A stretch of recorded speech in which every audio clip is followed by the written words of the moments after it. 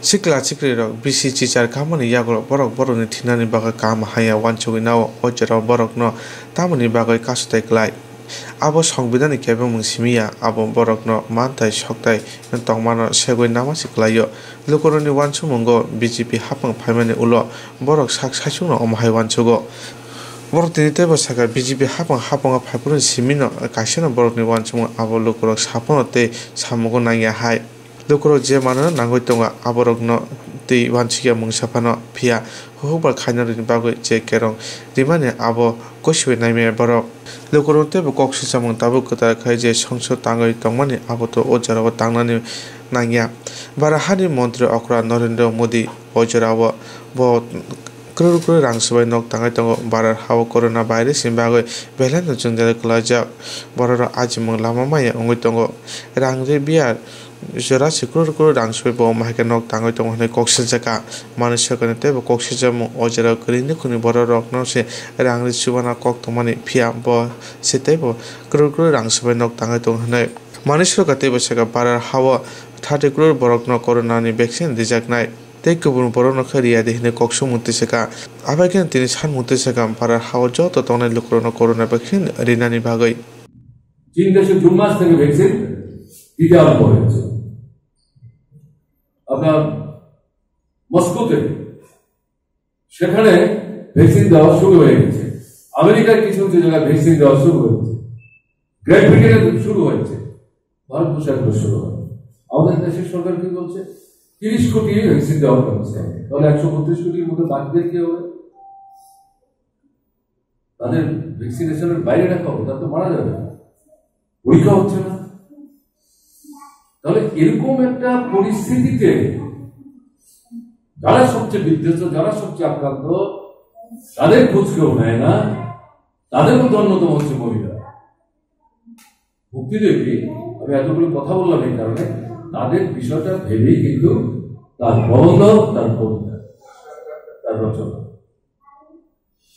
এবং ত্রিপুরার বাম গণতান্ত্রিক আন্দোলনে মহিলাদের যে ভূমিকা এটাকেও তিনি দারুণভাবে ইউজাইজ করে লেখবার চেষ্টা করেছে কাজে সেদিক থেকে সব লেখক লেখিকারা এতটা সাহসের সাথে এভাবে লেখালেখি করেন ঘটনা কিন্তু তা অনেকে অনেক কথাই মানে মনে চেপে রাখবার জন্য কলম হাতে নিলেও ঘুরিয়ে ফিরিয়ে এমন ভাবে উপস্থিত করেন পাঠকের পক্ষে লেখকের ভাবনা পুরোটা উদ্ধার করা সবসময় সম্ভব মুক্তিদেবের লেখাগুলো বললে পরে কিন্তু ওষুধের কিছু এতে জল দুধের মিশ্রণ নাই আমি খোলামেলা বললাম এই বয়সে এই বইটি তিনি চেপে গ্রহণ করার যে দুঃসাহস দেখিয়েছেন তার জন্য তার প্রতি আমি শ্রদ্ধা জানাচ্ছি আমার তো মনে হয় বইটা মানে পরিসরের দিক থেকে খুব বড় একটা বই না দামও তার খুব বেশি না এবং এটা পড়লে পরে আমাদের যে নবীন প্রজন্মের ছেলেরা মেয়েরা তারা উৎসাহিত এবং তাদের মধ্যে যাদের লেখালেখির আকাঙ্ক্ষা আগ্রহ আছে তার থেকে যারা রসদ পাবেন এবং মেয়ে যারা বিশেষ করে তাদের কাছে আবেদন করবো কম বয়সে তারাও যাতে ওনার বই পড়ে উদ্বুদ্ধ হয়ে নিজের জন্য এবং তার মতো যারা মহিলারা যারা অবদমিত তাদের পক্ষে দাঁড়াবার সাহস থাকা হাতে যাতে কলম দিল এই কয়েকটি কথা বলে তার প্রতি আরেকটা শ্রদ্ধা জানিয়ে আমি আমার কথা বলা শেষ করছি ভালো থাকবেন আমরা 2020 শেষ প্রান্তে চলে এসেছি আর 3-4 দিন পর নতুন বর্ষ 1 জানুয়ারি আগাম শুভেচ্ছা জানাচ্ছি যে বছরটা গেল খুব খারাপ সামনের বছর ভালো কিছু বার্তা নিয়ে আসছে বলার মতো কিন্তু কোনো অবস্থায় আমরা নেই কিন্তু ভালো আমরা প্রত্যাশা করবো এটাই হচ্ছে আমাদের সাংস্কৃতিক ঐতিহ্য কাজে সামনের বছর আপনাদের জন্য সুখ সমৃদ্ধি নিয়ে আসুক এই কামনা ব্যক্ত করছি কিন্তু প্রত্যয় ঘোষণা করতে পারবেন সাবধানে থাকবেন সতর্ক থাকবেন নমস্কার এটাই যে তিনি উপস্থিত করার চেষ্টা করেছেন আমার পরে তা মনে হয়নি সঙ্গে সঙ্গে যেটা তিনি করেছেন জাগিয়ে তুলবার চেষ্টা করেছেন যেটা সাহিত্যের অন্যতম গুরুত্বপূর্ণ দায়িত্ব শুধু ঘটনার বিবরণ বিবৃত করলে তো চলবে না ঘটনা থেকে একটা কনক্লুশন ড্র করতে ভালো মন্দ যদি বন্ধ হয় তাহলে এই বন্ধ পরিস্থিতি থেকে বেরোবার জন্য আমাকে কি করতে হবে? এটা প্রবন্ধই হোক, এটা গল্পই হোক, এটা উপন্যাসই হোক, এটা কবিতাই হোক, তাতে নির্দেশ থাকতে হবে। আর যদি ভালো হয়, কেন ভালো, তার সংকেত থাকবে, তার থেকে আমরা শিক্ষা নেব, আমাদের জ্ঞান আহরণ করবো, তাকে সুসংগত করবো, তাকে ভিত্তি করে আরো ভালোর জন্য এই শিক্ষায় নিজেকে উজ্জীবিত করে আমরা এগিয়ে যাওয়ার চেষ্টা করব। সেদিক থেকে মুক্তিদেবী তার এই প্রবন্ধ এবং কবিতায় উভয়ের মধ্যেই, বিশেষ করে নারী সম্পর্কিত বিষয় আমি যেটা বলবো, তিনি কিন্তু মহিলাদের বলেছেন, পড়ে পড়ে মার খেও না, মুখ বুঝে সহ্য করো না, প্রতিবাদী হওয়ার চেষ্টা করো। এই যে বিষয়টি, এই বিষয়টি কিন্তু তার কবিতার মধ্যে দিয়ে বেরিয়েছে। যে শ্রমিক বলে যে গানটি, দ্বিতীয় গানটি এখানে গীত হলো, এর মধ্যে একটা শ্রমিক মায়ের যে যন্ত্রণাবিদ্ধ জীবন এবং তার প্রতি যে সমাজের যে দায়বদ্ধতা, এটা কিন্তু এই লেখার মধ্যে দিয়ে পরিস্ফুট হয়েছে। আবার সিঞ্চুনি যে কবিতাটা পড়া হলো, খুব দৈর্ঘ্য দিক থেকে ছোট না, তাতে গিয়ে আমাদের সমাজের মধ্যে ধর্ম, বর্ণ, সম্প্রদায় ইত্যাদি নিয়ে জাত ভেজাতের কথা বলে দুটো মানুষের মনের যে মিলন, একের প্রতি অপরের যে বিশ্বাস, যার থেকে ভালোবাসার জন্ম, বিশ্বাস না থাকলে ভালোবাসা হয় না, এবং ভালোবাসা না জন্ম হলে বিশ্বাসও সৃষ্টি হয় না। একটা আরেকটার সাথে অঙ্গাঙ্গিভাবে যুক্ত, এটা সাপ্লিমেন্ট কমপ্লিমেন্ট করে। কিন্তু এই বিশ্বাস এবং ভালোবাসা শরীরই রূপ পেল না, হতে দিল না সমাজ। তাতে মেয়েটির জীবনও নষ্ট হলো, ছেলেটির জীবনও কিন্তু সুখের হলো না। সে সেখানে তার অভিব্যক্তি ব্যক্ত করার চেষ্টা করেছেন, যার মধ্য দিয়ে তিনি উপস্থিত করার চেষ্টা করেছেন আমাদের সমাজ কতটা ক্লেদে ভরা।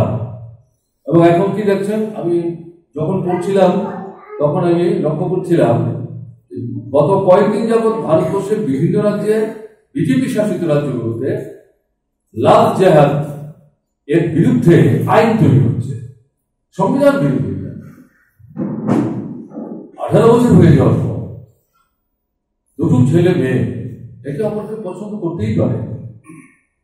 জাতের প্রশ্ন না, ধর্মের প্রশ্ন না, বর্ণের প্রশ্ন না, সম্প্রদায়ের প্রশ্ন। এরা যদি ঠিক করে যে আমরা একসাথে ঘর করবো, মা বাবা বাধা দিল, আইনে এই বাধা টিকবে না। এখন বিজেপি মনোবাদী দৃষ্টিভঙ্গি নিয়ে মেয়েদেরকে গৃহবন্দী করে রাখবার জন্য, গৃহদাস করে রাখবার জন্য মূলত যে দৃষ্টিভঙ্গি নিয়ে সমাজ এবং রাষ্ট্র পরিচালনার চিন্তা করেছে, যেটাকে আমাদের দেশের বর্তমান যে সরকার, তারা নূতন করে সংবিধান তৈরি করার চিন্তা করছে, নূতন করে ইতিহাস তৈরি চিন্তা করছে, নূতন ধারায় ভারতবর্ষকে পরিচালিত করার চিন্তা করছে। মানুষ না খেয়ে মরছে, এখন নিউ ভিস্তা তৈরি হচ্ছে, দিল্লিতে পার্লামেন্ট তৈরি হবে, প্রধানমন্ত্রীর জন্য নতুন বাড়ি তৈরি হবে। কোনো দরকার ছিল না, 1400 কোটি টাকা খরচ হবে, আর মানুষ না খেয়ে মরছে। আমাদের দেশে সবচেয়ে বেশি বিধ্বস্ত হচ্ছে শিশু, মা এবং বৃদ্ধ। রক্তাল কোথায় ভুগছে মায়েরা, শিশুর ওজন কম, বৃদ্ধ মানুষ যারা, তাদের ইমিউনিটির ডেফিসিয়েন্সি তারা সাফার করছে। আজকে আমি পড়ছিলাম, গত 2 বছরে বাৎসরিক দুটো রিপোর্ট বেরিয়েছে, তাতে প্রায় 200টা দেশের যে হিউম্যান ডেভেলপমেন্ট, তার উপর তথ্য সংগ্রহ করতে গিয়ে দেখা গেল ভারতবর্ষ আরো নিচে নেমে গেছে। কাজ নাই, খাবার নাই, চাকরি নাই, অর্ধাহার, খবর। মুকেশ আম্বানি ভারতবর্ষের ধনী, এশিয়ার অন্যতম, পৃথিবীর প্রথম 8-এর মধ্যে, তাতে আমাদের কি? এই যাদের নিয়ে তার লেখালেখি, এই যে সাধারণ মানুষ, তাদের খবর কে রাখে? যখন দরকার হচ্ছে এদের জন্য পয়সা খরচ করা, তখন গিয়ে নিয়োগ বিস্তার তৈরি হচ্ছে। কেউ দাবি করেছে ভারতবর্ষে যে না, এই পার্লামেন্টটা, নতুন পার্লামেন্ট ভবন তৈরি করতে হবে, প্রধানমন্ত্রীর যে বাড়ি, বাড়িতে চলে না, আরেকটা বড় বাড়ি তৈরি করতে হবে। এই প্রধানমন্ত্রীর বাড়িতে 20 বছরে আমি অনেকবার গেছি। 3 জন প্রধানমন্ত্রীকে এই বাড়িতে সাক্ষাৎ করার সুযোগ আমাদের হয়েছে। আপনার বাড়ি ফুলের বাগানে ময়ূর ঘুরে, সবার বাড়ির ফুলের বাগানে ময়ূর ঘুরে বেড়ায়, কিন্তু প্রধানমন্ত্রীর এখন যে বাড়ি সেই বাড়িতে ময়ূর ঘুরে বেড়ায়। তাহলে বুঝতে পারছেন পরিমণ্ডলটাকে। তাকে আমাদের কোনো ক্ষেত নেই, খুব নেই, এর বড় একটা নতুন বাড়ি তৈরি করতে হবে। কোভিড আমরা আক্রান্ত, চিকিৎসা নাই, পরীক্ষা নাই। আগরতলার হাসপাতালে যান, আপনি জিবিতে যান, আইজিএমে যান, কাশ, কফ, সর্দি, জ্বর, গায়ে ব্যথা, আপনি হয়তো যাচ্ছেন যে আপনাকে সেখানে পরীক্ষা করা হবে কোভিড হলো কিনা। রোগী হয়তো বলছে, ডাক্তারবাবু একটু পরীক্ষা করে দেখুন না আমার কি কোভিড হলো। বলো না, কে বলেছে আপনাকে?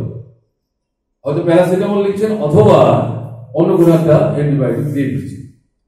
তারা নির্দেশিত পরীক্ষায় যাবেন না, তাহলে ধরা পড়ে যাবে। দেখাতে হবে আমরা সফল। এখন ভ্যাকসিন বেরিয়েছে, আর কিছুদিন পর এটা সারা পৃথিবীর বাজারে ছড়িয়ে পড়বে।